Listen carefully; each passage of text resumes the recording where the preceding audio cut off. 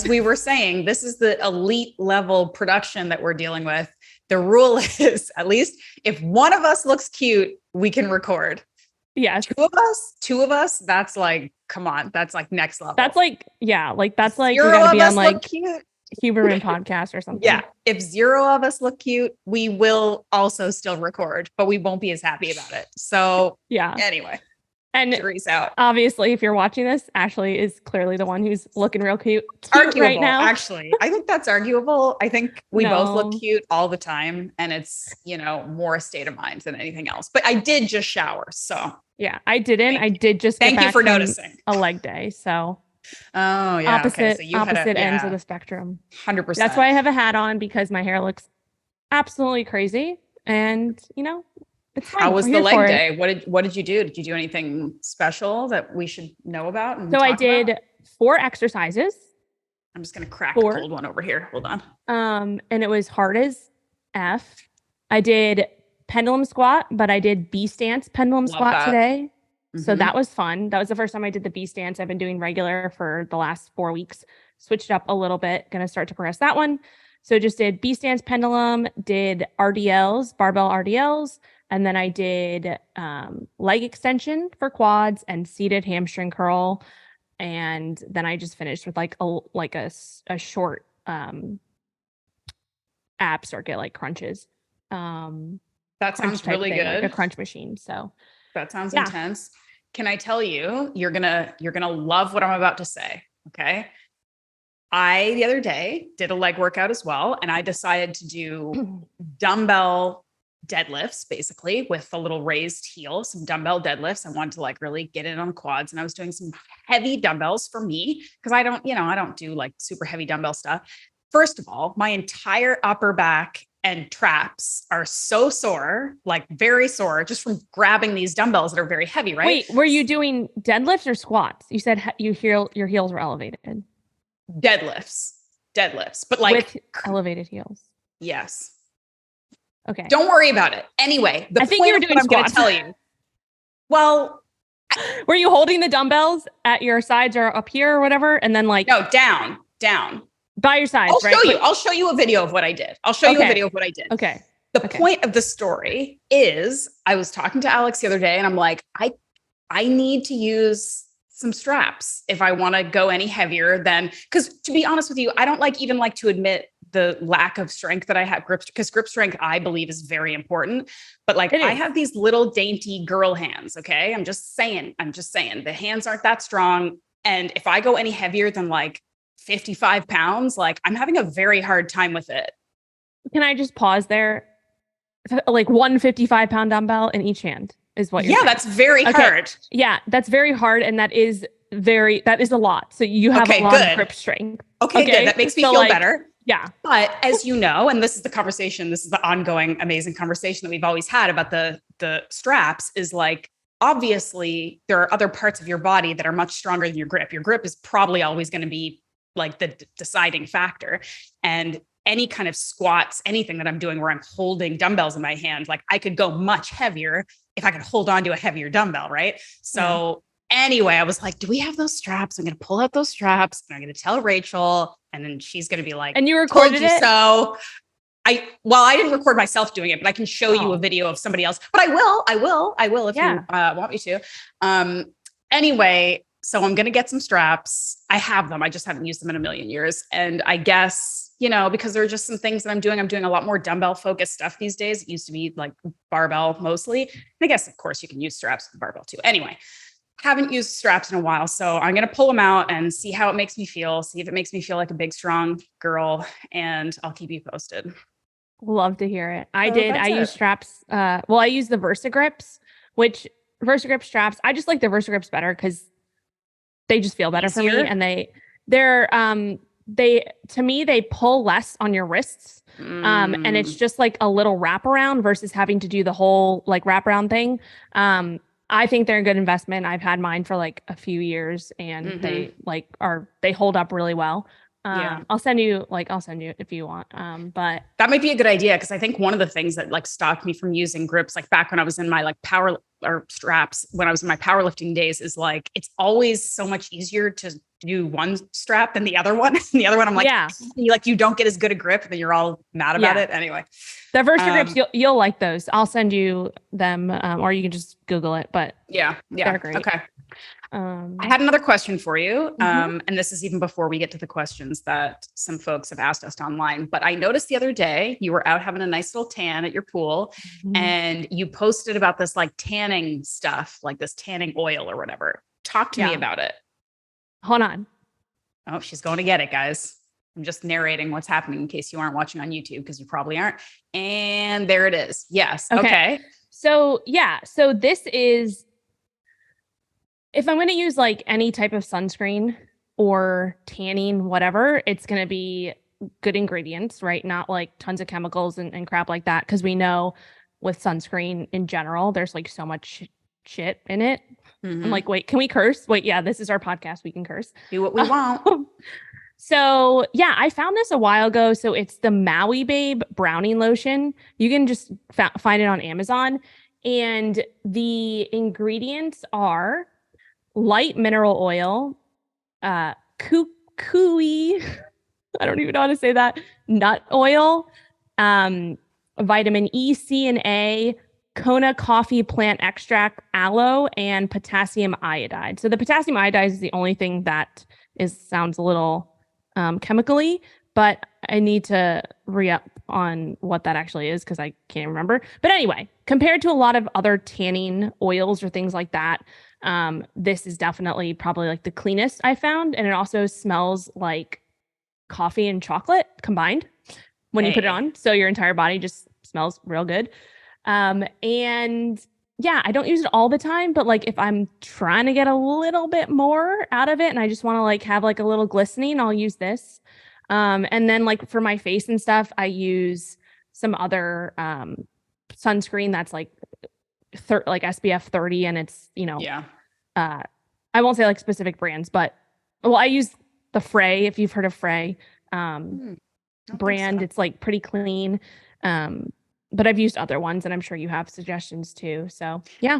No, I was curious because that's not a sunscreen. That's like a sun accelerator, which can be, a controversial, I guess, topic. I don't know. Again, like online, it seems like there's the camp that's like, you need to be out in the sun all the time and sunscreen is the devil and blah, blah, blah. And then there's the side that's like, if you don't put sunscreen on as soon as you get out of bed, you are going to dye an old leathery bag. You know what I mean? Like, so of course, I think the vast majority of us fit somewhere in the middle. Like I tend to try to do, and this is different too, when you're in like a place that's very hot all the time versus a place like where I live, which is a lot more temperate and like, just not crazy hot and sunny every day. But anyway, I try to do more like shorter exposures to the sun and like minimize the sunscreen. And like, if I'm going to be out all day in the blazing sun, I'm going to cover up when I need to, I'm going to wear some sunscreen, but like, I try to minimize the sunscreen and like maximize like smart time in the sun. And I do try to cover my face more because it's the whole, premature wrinkles thing. But it's just interesting because I feel like people get like real controversial with it. And I follow like a couple like skincare experts and stuff. Cause again, I care about this stuff. I want like my skin to look healthy. And one of them, she's just like literally like wakes up in the morning and just slathers like her entire face and everything with sunscreen. I'm like, I'm not trying to do that. I don't know. The damage is done anyway. Like apparently most of the like really bad skin damage you can do kind of happens in your like younger years and you're just sort of paying for it after that. But anyway. And I completely agree with that too. I think like being smart about that and all that. And like with this, like I won't use this until I have a base, right? Because you wouldn't want to go from like not being in the sun at all to just like putting on like oil because you're going to burn a lot easier. But I walk like it's finally like this last month it's been sunny in San Diego, which we went through like a period of just like super gloomy.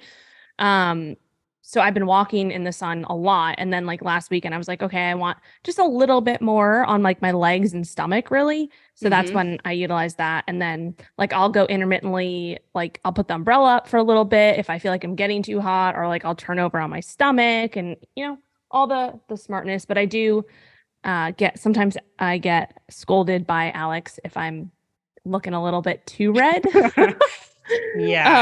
So I'm trying to be careful with that, but I guess it's just one of those things that it's like, not necessarily this may not be the best term, but like when it comes to like toxic load, right? I'm not saying like the sun or burning is like a toxin necessarily, but it's about like balancing. Like some people would say that like the benefits of getting sun and maybe occasionally, unfortunately, you burn is still going to outweigh like people who just cover up and like you're never exposed to the sun. Like I think most of us can agree that exposure to actual vitamin D from the sun and being outdoors is going to have net benefits. Like just be smart, whatever. And, you know, sometimes you burn, you try to minimize that, but anyway, so that's cool. Okay. I want to say one more thing because we're on this topic and I know you want me to shut up, but no, I don't care. Listen, like I said, this is our podcast. We can just talk about tanning all episode if you want. I don't care. No, yeah. So I was talking about this in my FlexFam membership actually yesterday, and it was relating to like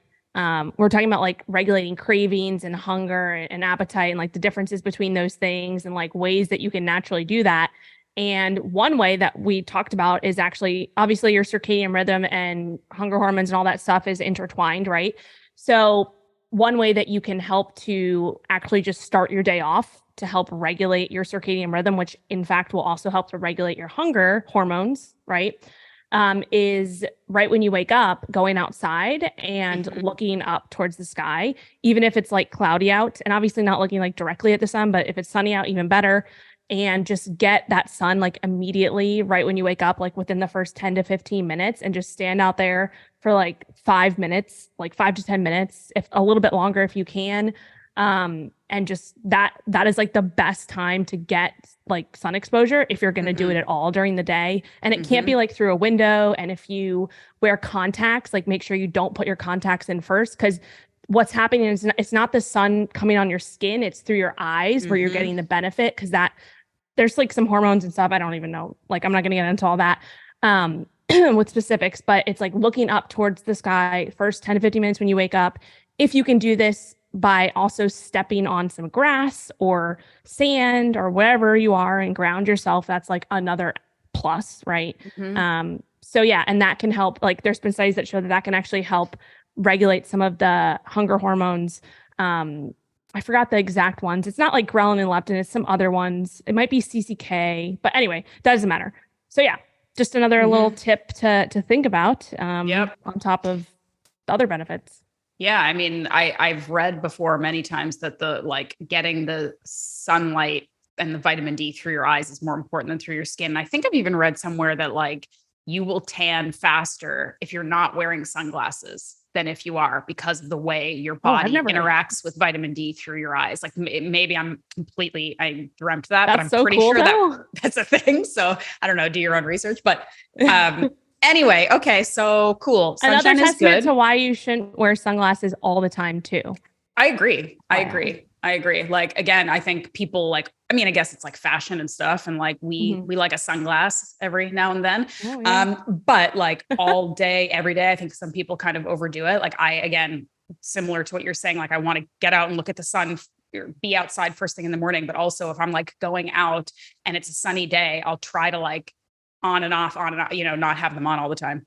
Yeah, for sure. All right, cool. Wow, we just went deep into that, but hopefully that helps some. I mean, that was like, if I didn't know that, I would be like, wow, I just got a ton of new tips. Like, listen, that's what we're here for. Okay, guys. Oh, Jinx, all right, so coffee. Coffee. Speaking of coffee, I have some questions here, and one of them is related to coffee. Which I'm drinking right now in my Wired for Another Day. Very nice. Okay, so this question, I mean, this is a pretty quick one we can just get into, but what is your favorite coffee brand and what are your opinions about caffeine in general? I mean, I think anybody who follows us at all knows that we're like pretty pro coffee, but like coffee. Obviously there's nuance to that. So like, what are your opinions? Like if someone, what are your thoughts on sort of caffeine as the widely known drug that we all use in general? So, I mean, I love it, but I definitely think that it can be abused. Because you did have your little like caffeine, you went cold turkey for a while there. We talked about that in a previous episode. Yeah. Like, but that was back in January, like 2 weeks of no caffeine. Definitely felt a difference in the beginning. But I mean, my opinion, and actually I'm doing something right now, which is like, this could be another tip for some people too. I haven't completely cut it out since last January, but I do think that there is benefits to like periodically throughout the year, like maybe every quarter, right? You do like a little bit of a caffeine reset where you kind of cut it out for like a week or two.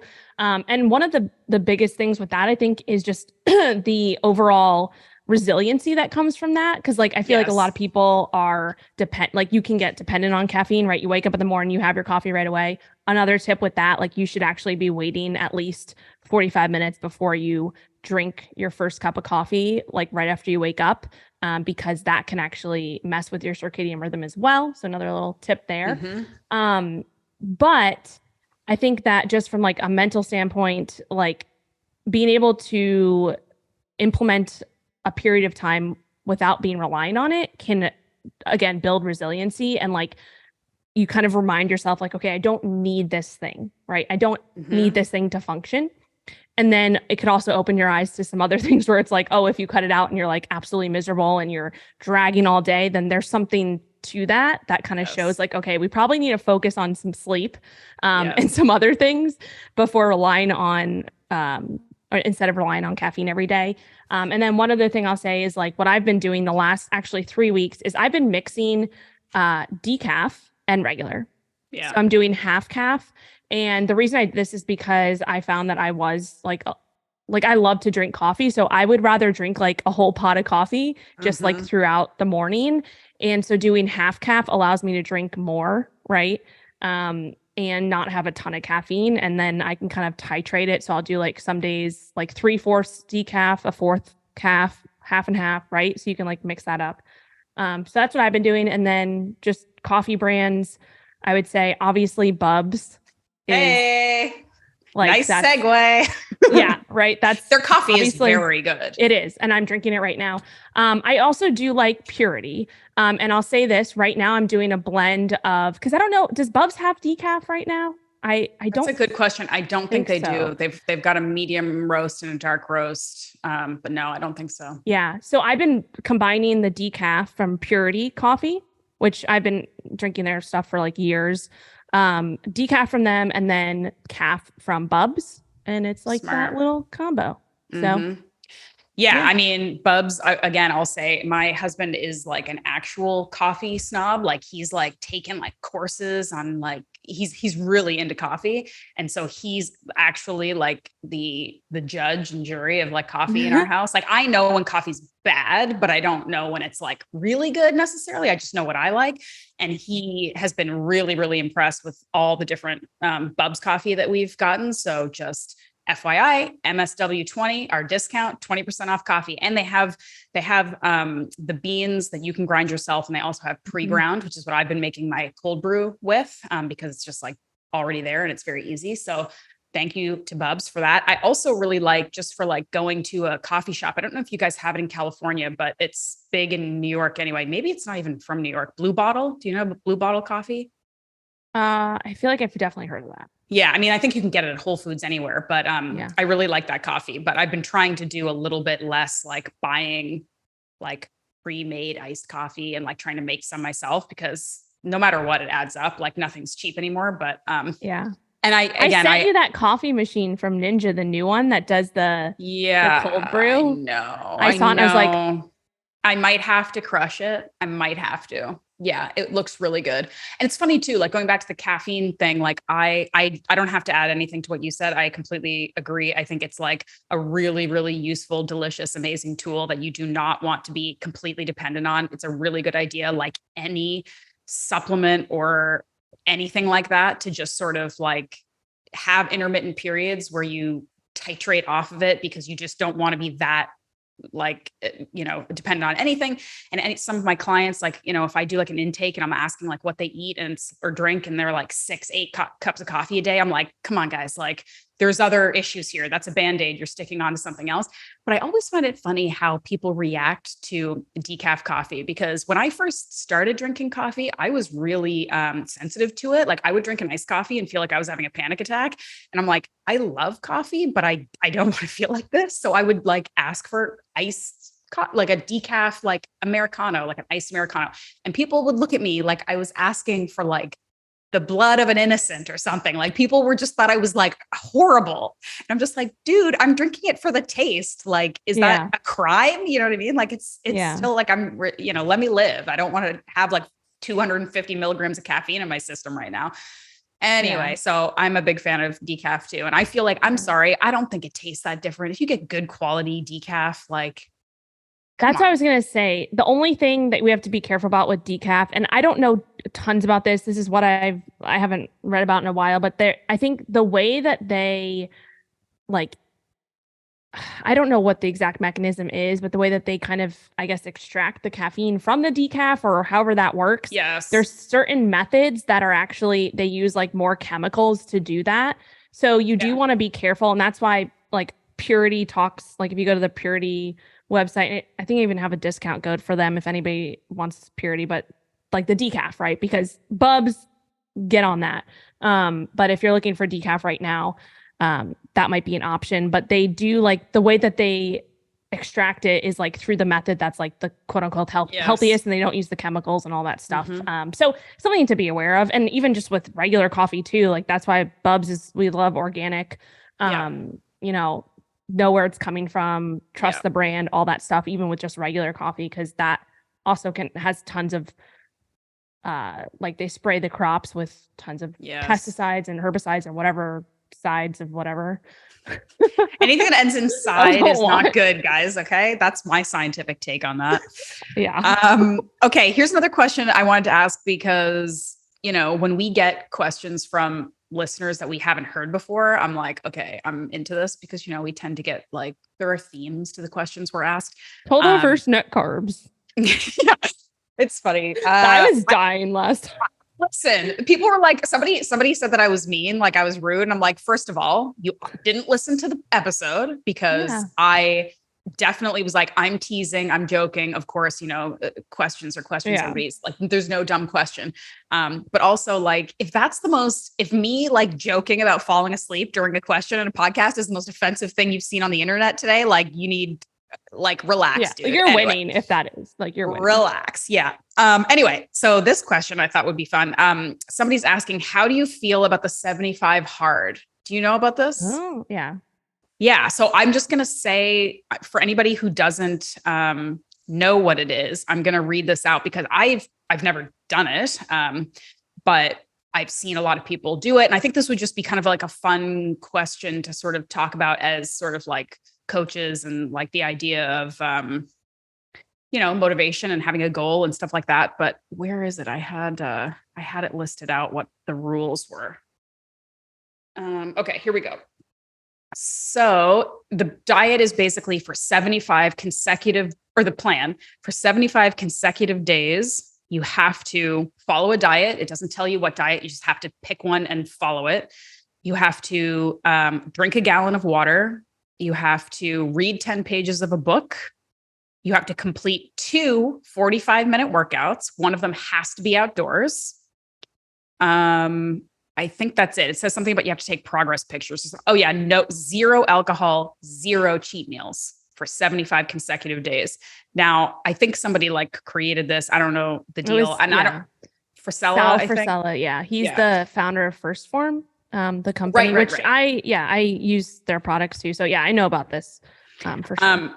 I don't know what happens if 62 days in you drink or like have a cheat meal. What happens? You have to start over again, or is it just like 64 days hard? I don't know. But I mean, I have some thoughts about this. Like on one hand, I think there are a lot of good things about this. Good things being like, first of all, reading 10 pages of a book. I think that's fantastic. And I think anybody can find the time to do that. And I think that's so great, especially in our like really short attention span culture where so many of us would rather just veg out on Netflix or scroll our phones. Like it's just so good to read a book. And I will say that till the day I die. So I think that's great. Agreed. I think, picking a diet and following one and really trying to be really adherent to it for 75 days is pretty reasonable, challenging, but good. And I like the fact that it's not telling you one specific thing. It's like pick something that feels right for you and like follow it. The 1 gallon of water, I'd be out immediately. There's no way doing that. Although it's a good goal to have. Nothing wrong with it. Absolutely nothing wrong with it. I just would fail. I would fail miserably. The workout. So again, I don't know the nuance of this. Like is a walk, does that count as a workout? I think like, I will say a lot of the people that I see doing the 75 hard tend to be men. And I don't know if that's just because of who created it. It's the name, it's the marketing. I mean, certainly women are doing it too. I just see more men. I'd love to hear from like a busy mom of 2 who has a full-time job. And like, if you think this is doable, because again, I have like a ton of resources at my disposal and I would have a very hard time with this. 2 45-minute workouts a day is a lot. And I would worry that people would take that to be like, okay, a CrossFit workout in the morning and a run in the afternoon or something. Like it's probably that much probably isn't necessary. But I think the overarching concept of like, you've got some time and it's more than 21 days, which is great because as we all know, it takes longer for you to create habits. It takes longer to see change, whatever. And to just sort of have it be like, it's relatively simple. It's written out here. You've got 75 days, no excuses, no like, oh, but I just, it's rainy. Like, no, just do it. I like that. I can see why that's appealing to people. And I can see why some people really enjoy like something like this, like once a year or something, or, twice a year as like a reset. I get it. Yeah. What do you think? Mm-hmm. Yeah. So I agree with all that. And I think that, I think the biggest thing is to just kind of think back and realize like, first of all, like for asking yourself, like why you're doing this, because I think, it can be fun to have these challenges. I mean, we just ended I do this every year in my Flex fam. It's called the Summer Flex Challenge and it's 30 days and there's 4 components to it. It's kind of similar like to the 75 hard, but it's 30 days. You have to get outside and walk outside for like one time a day at least, 10 minutes of mindfulness in the morning. What was the other thing? Half your body weight in ounces in water and electrolytes and like one other thing that I'm blanking on now. But anyway, it was just like having these kind of set challenges where it's like, okay, I know for this period of time, I'm going to commit to doing this. Right. And I think that that's what the 75 hard is doing. But the 2 issues that I have with it are what you said is 45-minute workouts. Even if it is a 45-minute workout and then a 45-minute walk, like every single day, that's not for 75 days. Like that's not practical. And that leads to burnout, right? We don't work out every day. I lift 4 days max a week. I walk every day. I love walking. And I think 45 minutes walks every day for 75 days, that's doable if you commit to that. Because that's a parasympathetic part of recovery, right? That is like addition to recovery. But like 45-minute workout times 2 a day is absolutely excessive and that can be detrimental, right? Yeah. And then the second thing is just kind of thinking like, okay, if you're using this as sort of like a reset or a challenge, like I mentioned, like I think that's fine because sometimes we need that. We need the new shiny object to sometimes get back on track or just to have something that we're working towards, which is absolutely fine. Like I always have goals. I think that's really important. But if you're like, oh, I've fallen off the wagon completely and doing this 75 hard is going to be the answer to my prayers and I'm going to be amazing for the rest of life or whatever. I don't know. Like if you're looking for the quick fix out of it, then that's the wrong mentality going into it. So that's kind of my thoughts on it. Similar to what you were saying.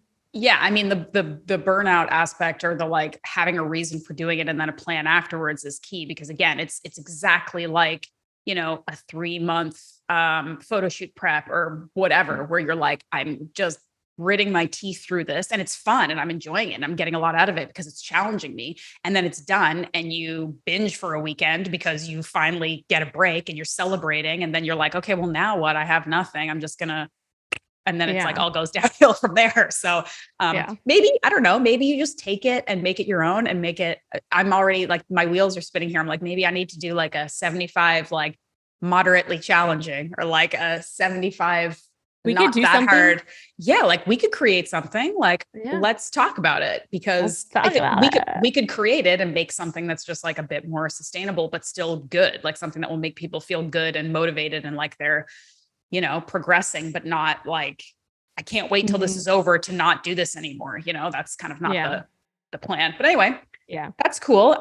Did you have a question you wanted?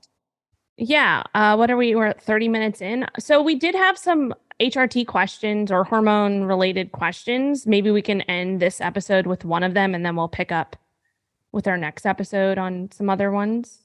Cool. Okay, so we had a few here. And okay, so I'll just read this out. This is coming from Stephanie. And just to like say this from the beginning, I am not an HRT expert, neither is Ash. But we've done I've been doing some research as we talked about on our last podcast. So this is going to be kind of like a high level answers to these questions, especially if you send in like really specific questions about hormones and HRT and things like that. Just know that we're going to take more of a high level approach with that. And then, like, for example, I'm beginning to dive deeper into these things within like my Flex Fam, which is my group membership. So if you want more specifics and like lots of details with that, that would be a different kind of scenario there. Mm-hmm. But I will read this question from Stephanie. She said, I watched your recent podcast. Ooh. Love to hear that. I watched your recent podcast. I hope one or both of us was cute at the time. I know, right? I'm trying to think back to what podcast it was. I probably was wearing a hat and sweaty, probably from my workout anyway. But you were probably looking cute. I would love to hear your research on HRT pellets versus creams. She said, I'm 49 and in menopause and have done pellets. The only downside for me has been the highs and the lows. When the HRT wears off, the crash is bad, disrupted sleep, no energy, brain fog, etc. Mm-hmm. So she's asking kind of like with the research, that we've done, what's our opinion on pellets? Before you dive into that though, and this is something actually a couple of my clients are either like dealing with or asking about, can you explain to listeners, anybody who isn't there yet or isn't familiar, what the pellet is? Yeah. So there's tons of different types of ways that you can replace hormones, right? Hormone replacement therapy, you can do creams, patches, pellets, pills, or tablets, troches. I can never say it. Troches. There we go. Yeah. That's a type. So there's different types. And I would say that, again, I'm not an expert here, but from the research that I've done, they all have different benefits and drawbacks, right? Yeah. There's going to be different benefits and drawbacks. And also depending on what the hormone that you're replacing too. So like, for example, if you're replacing progesterone versus estrogen, they have differences too. Like in terms of taking oral progesterone versus taking oral estrogen, there's some downsides to the oral estrogen, which I'm not going to get into, but anyway, just so you know, there's pros and cons to all the different types. And then more specifically, the actual hormone that you're replacing, there's pros and cons within that as well. And that's why this is going to be a high level answer, because there's so many different things you could dive into, right? So the pellets is basically, it's a hormone, right? So whether it's just one hormone or they put multiple hormones in there, that they inject, and it's typically into your booty, right? Mm-hmm. So you go in and you get this procedure. It's like an in-office procedure, but it's still a procedure. And they're basically injecting this, like, it's like the size of a grain of rice, right? A cooked or whatever, cooked or uncooked grain of rice. It doesn't matter. It's the same right? size. It's the same size. It's a small pellet. A cooked grain of rice, a small pellet, right? They inject it. And typically it will, I think like the average time is like about 3 months that it stays there. And then you go in 3 months later, and this will depend, maybe it's 2 to 3 months, you get another injection of the pellet. So from my research, from what I've done, I have seen that there are much better options to the pellet. So there's, I guess, just to make this simple, there's a lot more downsides that I've researched with the pellet compared to other forms of HRT. And so like, just for myself, if I was going to be going on HRT, I probably would not choose the pellet. That would be like the bottom of the list. And there's several reasons for this. And again, this is like my opinion. This is not saying like you shouldn't do this. Obviously make sure you're working with a skilled practitioner who knows about HRT and all of that. But a few of the downsides would be, like, it is a procedure, right? So you have to go into, the office, right, every few months and get something injected into you. So it is a surgical procedure, right? And with any surgical procedure, there is going to be like risks for infection, bleeding, things like that, right? So that's one downside. There's like, once you get that pellet, it's hard to reverse it, right? So once you get that pellet put in, like it's there for 3 to 4 months, and you can't control it, right? You can't control the release of the hormones. And so this, Stephanie mentioned that like she has like, right when she gets the pellet inserted, right, she probably has like a big whoosh of hormones. And then, maybe during the second month, it starts to kind of go down and crash, right?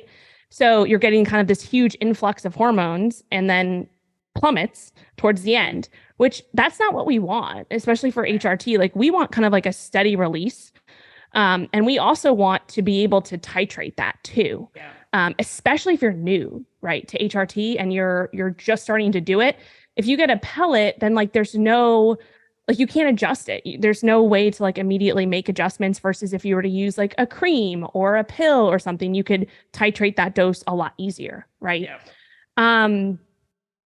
So with that too, like obviously you can raise levels too high. So if you go too high from the start, there's actually some things, especially like with testosterone, if you raise testosterone too high, and this is not to scare anybody, right? I'm just giving you kind of like the things that I've researched. If you bump testosterone up too high, there can be like irreversible things that happen that you wouldn't want to happen, right? And so that's more of the extremes. And most doctors won't do that, right? But it can be something that could happen potentially. Mm-hmm. And then the two last things I'll say is that from, again, the research that I've done, a lot of the clinics that do pellets, right? There's a lot of clinics and they do more of like a one size fits all approach, right? So they have you get blood work done, which that's like a whole other topic we can discuss. And then they kind of take your numbers and they put them into a computer system. And then the computer system spits out like, okay, this is what they need for their pellet. And they don't take into account like your symptoms and all the other things that are going on that are necessary to take into account, especially symptoms. And so it's more of like a one size fits all approach. And then to kind of piggyback off that, there's a lot of profits that come from pellets. So pellets typically are like 4 to 5 times more expensive than your average like HRT cream or even like pill. So there's a lot of money to be made in pellets, especially because again, you're going in every 3 to 4 months for that procedure. That costs money. So there's a lot of like, just like with pharmaceuticals and things like that, there's a lot of money to be made there. So that's kind of just like an overview. There's some other downsides that I've researched. And I guess from my own opinion, it's like based off of what I've seen, probably not going to be the route that I would go for all those reasons. Mm-hmm. Hey, you heard it here, but go do more research. Yes. But I mean, with this topic has come up before. It's like, we are not the conspiracy theory podcast. There's a lot of other ones out there that are, so go listen to those. However, we know that our medical system is messed up. We know that our food system is messed up. Our health system is messed up. There's a lot of money to be made in, unfortunately, treating, symptoms. And there's a lot of money to be made in medicine. So unfortunately, that this is the kind of like deeper dive that you as the consumer has to do, because you cannot rely on pharmaceutical companies and even like medical systems to find the best option for you, because they're not going to. That's not their job. Unfortunately, it really isn't. Yeah. So, and one other thing too about the money is like, there's especially if you're going to a clinic, or even like a doctor, like even if it's a doctor that you trust and maybe it's been like your family doctor for a while, like again, if they're not specialized in HRT, if they just went and took like a weekend class on how to use pellets and then they're prescribing that, like that's not a specialization, right? That's not enough. And so there is like, at least from what I've read, especially with a lot of the clinics and the companies that they get the pellets from, they have to like pay an upfront cost for those pellets. And so they have to make the money back. And so, that's another thing to think about. Like if your doctor is pushing pellets and you're asking them, like other questions, other alternatives, and they're not giving you alternatives, or they're maybe like pushing off, oh, like, no, that's not the best alternative. That's a huge freaking red flag. Yeah. So yeah. Yep. All right, guys. Do your research. Drink some caffeine and don't wear sunscreen and do an hour and a half workout. Don't do any of those things. Don't be insane. Don't do stupid shit. Okay. That should be the name of our 75 hard. But it's funny. I think this episode, like I want to start doing maybe regularly. We can call them like what's good, and then like list all the things we talk about and say whether we think it's good or not. Like, sunscreen, 75 hard, 1 billion glasses of coffee a day. I like this idea because I like pellets. I like kind of having, opinions and saying them on our podcast. So that's good. What's good? All right. Cool. Oh, before we go, just quickly shout out we already talked about Bubs at the top, our other sponsor, Active Stacks. I did make that. Did I tell you about the vanilla bean paste with the vanilla bean paste? You told me you did it, but you didn't tell me how it was. Yeah, it was really good. I think so. I used the vanilla Active Stacks code MSW10, activestacks.com. The protein powder that we use, go get it. But I got this, like, it's vanilla bean paste. So it's made with, like, I think there's like some agave in it. And it's just like vanilla bean flex. So like there's like the flex, and it's like very, very strongly vanilla flavored, which I loved. But I think it was the actual vanilla bean paste I put in it. It made the texture really weird. I didn't post a video. I'll have to do it, but it made it almost like chewy or something, which I kind of liked. It like added this like bite to it. Like, I don't know. It was very strange, but I was kind of into it. I'm going to try it again and see if it was the vanilla bean paste that did it. But all that to say, it was delicious. And, the Active Stacks obviously helps because it's just very good tasting protein powder. But anyway, shout out to those guys. And that's it. That's it for today, guys. Don't do stupid shit. Don't be insane. Don't do stupid shit. Look cute.